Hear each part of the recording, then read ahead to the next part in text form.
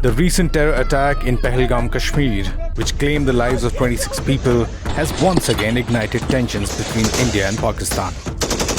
In a swift and stern response, India suspended the Indus Water Treaty, a move symbolic of the growing hostility. As diplomatic ties weaken and the threat of conflict looms, it feels as though the clouds of war are once again gathering over the subcontinent. However, this isn't the first time tensions have reached a boiling point. Here are 4 critical moments in history when India and Pakistan stood on the edge of war, with diplomacy hanging by a thread and thunderclouds of conflict ready to break.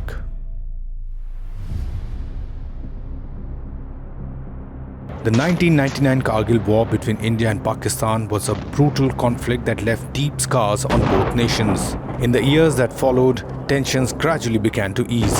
However, the fragile peace was shattered by the attack on the Indian Parliament on 13 December 2001. India held Pakistan-based terrorist group Lashkar-e-Taiba and Jaish-e-Mohammed responsible for the assault, which nearly pushed the 2 nuclear-armed neighbors to the brink of war. This incident triggered the 2001-2002 India-Pakistan military standoff, one of the most intense post-Kargil confrontations between the 2 nations. Eventually, through international diplomatic intervention, tensions began to de-escalate. By October 2002, both Indian and Pakistani forces began a gradual withdrawal from the border, making an end to the nearly year-long standoff.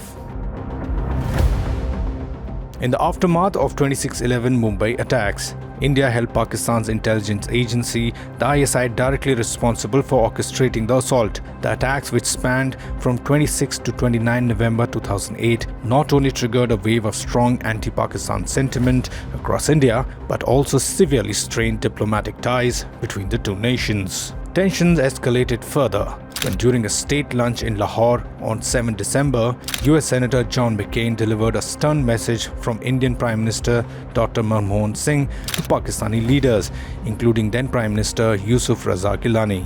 The message was clear: unless Pakistan took immediate action to arrest those responsible for the attacks, India would consider launching aerial strikes against key targets in Pakistan.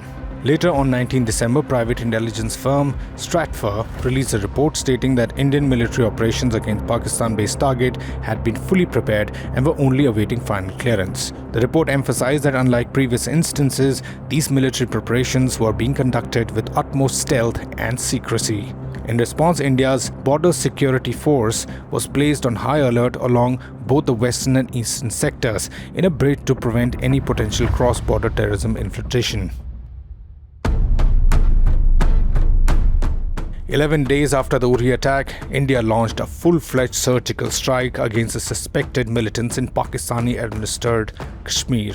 Lieutenant General Ranbir Singh, Indian Director General of Military Operations, said that it had received very credible and specific information about terrorist teams who were preparing to carry out infiltration and conduct terrorist strike inside Jammu and Kashmir and in various metros in other states. The then Pakistani Prime Minister Nawaz Sharif condemned the unprovoked and naked aggression of Indian forces, which he said resulted in the death of 2 Pakistani soldiers. On 14 February 2019, a convoy of vehicles carrying security personnel on Jammu-Srinagar National Highway was attacked by a vehicle-borne suicide bomber. The attack resulted in the death of 46 Central Reserve Police Force personnel and the attacker. The responsibility for the attack was claimed by Jaish-e-Mohammed. In retaliation, India conducted airstrikes ahead of the 2019 Indian general election. A dozen IAF Mirage 2000 fighter jet crossed the Indian-Pakistan border to attack the terrorist camp. The airstrike was conducted in the early morning hours of 26 February when Indian warplanes crossed the de facto border in the disputed region of Kashmir and dropped bombs in the vicinity of the town of Balakot in Khyber Pakhtunkhwa province in Pakistan. The next day, PF responded with an attempted attack against Indian military installations by sending F-16s in the Indian airspace.